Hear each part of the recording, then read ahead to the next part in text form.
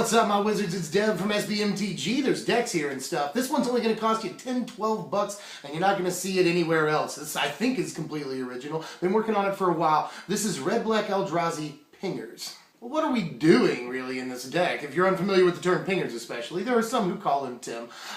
We can just, cards that deal 1 damage usually per turn and sort of win in the long run, but usually there are ways to make them deal more than 1 damage a turn. And we've got some ways here, Let's go ahead and show you sort of the 2 cards the deck revolves around. We're playing 4 copies of Molten Nursery and 4 copies of Nettle Drone. Both of these can just, again, deal 1 damage a turn if you have multiple copies of either of them, or 1 copy of each, something like that out, then they just take the game over really, really fast. And sure, sometimes we'll draw a land and that'll be a dead turn for them, which sucks, but we do have a lot of support in this deck for these cards, and again, taking over the long game, Nettle Drone can sometimes deal 2 damage a turn, and Molten Nursery, especially again when you have multiple copies of either of these out, things start getting pretty ugly pretty quick. Both of these, you can redirect the damage to Planeswalkers if you desire. That's really important in this format, And the Molten Nursery can eat up tokens, Hangerback Walker tokens, and other small tokens to secure the waste and things like that. So there's a lot of really important reasons to play these cards too right now. So yes, they form the backbone of the deck, and everything we do is for them, Every single card that's non-land in the deck is colorless. Let's talk removal. We have 9 pieces of removal in the deck, which is pretty respectable, actually. We're a mid-rangey deck, so we have to be able to take things out. We have to be able to block well, but we'll get to that. We're playing 4 copies of Touch of the Void, 2 copies of Complete Disregard, and then 3 copies of Wasteland Strangler, which is backed up really well by the first 2 cards, obviously. Touch of the Void, both of these cards, Complete Disregard and Touch of the Void, they deal with Hangerback Walker really well, and I've already said that Molten Nursery takes care of Hangerback Walker tokens easily, so we do really well against that card. And if this weren't a budget build, ironically, we'd really, really want to play Hangerback Walker. One of the only upgrades I would make at the end of the day is to play Hangerback somewhere in this deck, but we're budget, so at least we can take him out really easily, And both these cards are good against a lot of the other creatures in the format, Manus Rider included, most notably. So, and anything south of that. So, both cards are really actually amazing pieces of removal, especially considering the exile, which is important with, Den Protectors and chases and stuff like that running around. Wasteland Strangler is an especially amazing creature, to be honest, for a deck like this, We are running a total of 23 creatures overall in the deck, so that we can, have a little bit of offense and a little bit of defense for that matter. We got some good defensive creatures, and Strangler is one of them, We're also playing Ghostfire in this deck, which I'll tell you about in a second. But Ghostfire Blade goes really, really good with this, 4th turn, bust a guy, equip the blade, that's really fantastic. Like I said, we're playing 4 copies of Ghostfire Blade in the deck. Ghostfire Blade is ridiculous, 23 creatures, like I've said. So Ghostfire on Ghostfire on pretty much anything is fantastic. A lot of our creatures started at least 3 base power, or can get there, they can get bigger some way or another. So something like Ghostfire Blade is crazy, especially considering it's so cheap. And the fact that it's so cheap, it serves a dual purpose, Once we have a Molten Nursery or a Nettle Drone out, we can sort of use this card to kind of storm, It's only the 1 mana, and only the 1 mana to equip. So a lot of turns you can play this and something else and equip it all in the same turn. So we can storm out, deal a few damage with Nettle Drone and Molten Nursery, and equip the blade to something and swing the same turn. There's a lot of blowout plays in this deck, I'm telling you. Into those creatures that we're playing. We're playing 4 copies of Endless One to start things off. Endless One, first of all, is good for all the reasons I just said. Ghostfire Blade is good. There are turns where you might just choose to storm out with this. That's entirely possible. And you can play like Endless One and then a Ghostfire Blade and equip it. And you've just gotten 2 triggers on Nursery or the Drone. So, that's a really, really good play. And even though you only played the Endless One for 1 mana, you still have a 3/3. That's not, in no way is that bad.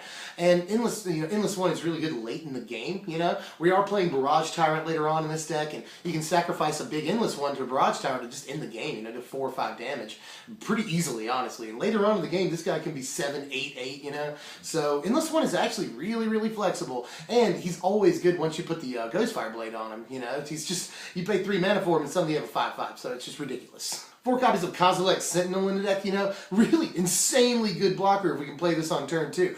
In the last standard, we saw that Sylvan Caryatid was a ridiculously good blocker on turn 2. And, Courser of Krufix was a good blocker, and it had 4 toughness, So playing a 4 toughness blocker instead of, in the case of Caryatid, a 3 toughness blocker on turn 2 is just amazing against every single aggro deck in the format. And, again, a blowout play available to us against, aggro and smaller creature-based decks. If we have a Kozilek Sentinel out, and then 3 mana open, which we can do the turn after we play Sentinel, you know. If they swing in with 2 creatures, we can block one with Kozilek's Sentinel, complete disregard the other, and make Sentinel bigger, often killing the other small creatures. So, again, blowout play available to us, although complete disregard is the only instant in the deck, so that's the only combat trick that you can use. But it can sometimes be a 2-for-1, and that is absolutely amazing, especially early in the game against aggro.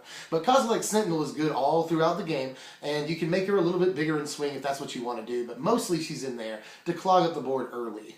4 copies of Forerunner of Slaughter. Again, a lot of really good plays available with this thing, you know. I've already said we've got Endless One, so later on in the game we can make a huge Endless One, swing in suddenly, just out of nowhere, you know. That's good. We've also got, we're going to play Vile Aggregate, but not too many copies. So again, play a huge Aggregate later on in the game when we're in a board stall, swing in with him, he's huge, you know. So, and, on the 5th turn, what's really cool to do sometimes is Wasteland Strangler, kill a guy, equip Ghostfire Blade, and give him haste, you know. Kill a guy on the 5th turn and swing in for 5 is really, really good. Forerunner enables all this and more, and on the 2nd turn he's a 3-power guy, which is not only good for aggro, but good against aggro, because you can at least trade with pretty much everything.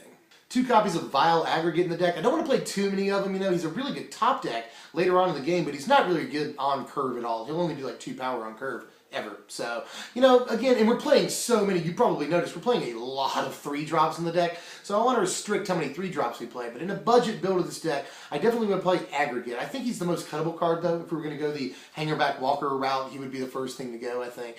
But still, he's fantastic later on in the game, and he's, again, really good with Forerunner, and pretty good with Barrage Tyrant, too.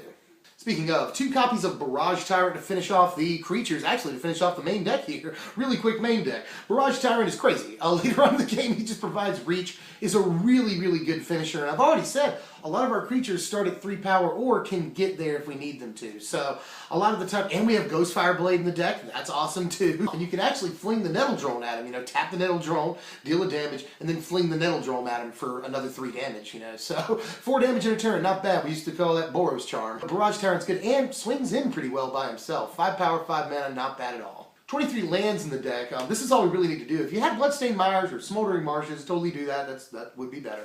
But we really just need swamps and mountains here. And I've elected to do Evolving Wilds, mostly to thin our deck so we don't draw as many lands and we can, you know, play more colorless things. That's pretty important. Fetches would do that for us if we had them instead. So, but still, I don't want to play too many lands, again, because we're wanting to mostly just draw colorless cards. We don't have that many things at all, or any really, that draw cards. So we want to play as few lands as possible that we can get away with, and I think 23 is about right. Here's our sideboard. Not much to say other than Transgress the Mind could easily be in the main deck. We don't have much to do on the 2nd turn in the main deck, but there's so many 3-drops, and I guess you could drop Vile Aggregate and play Transgress the Mind in the main if you wanted to do that. I couldn't begrudge you that because, again, we're not doing much on the 2nd turn other than Sentinel and Forerunner, but hey, that's, you know, 4 of 2-drops, so maybe there isn't room for Transgress. Here are your power rankings right here. Really good. 57 is your final score. Not bad for a deck that's only going to cost you $10, $12. Low prices on TCG Player. You know, and it can really take over in the long game. You know, a lot of decks want to establish a pretty good board state. You know, morph decks want to do that, which are still a thing, the green-white morph deck. And even Jeskai will go late on into the game. The ramp deck goes pretty late into the game. And once we get to there, we can actually outpace a lot of decks really well. It's decent against control if we can resolve either of our pingers, because whether we resolve spells or not, we still get to do damage. And those games tend to go really long anyway, which games that go long actually favor us because we're dealing a fair amount of damage every single turn. The longer the game goes, the higher percentage chance we have of winning. That's all I got for now, but I got a bunch of stuff planned here. We're getting backlogged. I'm trying to get it all done by Christmas, you know. But I've been taking your suggestions and stuff, and I've been working on some things of my own. We are doing mono white soon. I'm going to do budget mono green Stompy pretty soon. I want to do Teamer Woodland Wanderer with morph creatures. I want to try that out. I think we can make like a 5 or 6/6 Wanderer fairly easily. Want to try that out. And then Calastria Healer combo with Rally the Ancestors. I want to try that too. Really cool concept. You know, the only creatures you play at all are Calastria Healers. Maybe Zilliport Cutthroats, but probably just healers. You sacrifice them to Evolutionary Lead. You try to fill up your graveyard with 4 of them and rally them all back at the same time. If you rally back 4 Calastria Healers, you just did 16 damage and gained 16 life. So, that's a cool combo right there. And you can do it pretty easily if you're playing an Evolutionary Lead and only Calastria Healers. I'm Dev. If you enjoyed the content, please don't forget to hit the thumbs up button. We need it, and we love you guys for doing it. Please comment. I want to know how you feel about this one and all the decks we got coming up. I'm Dev from SBMTG. Thanks for watching, my wizards.